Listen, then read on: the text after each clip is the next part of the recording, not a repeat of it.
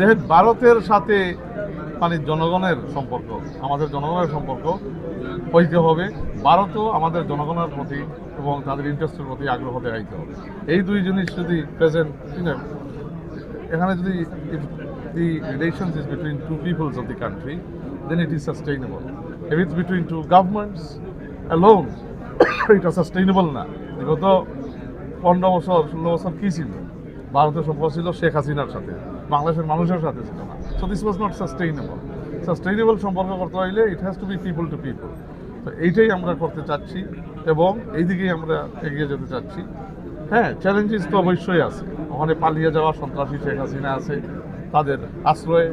তো ওখানে যাতে ওখান থেকে সে কোনো কিছু এমন সন্ত্রাসী পদক্ষেপ না নিতে পারে যাতে আমাদের দেশের ভিতরে কোনো ডিস্টেবিলাইজেশন তৈরি করতে পারে।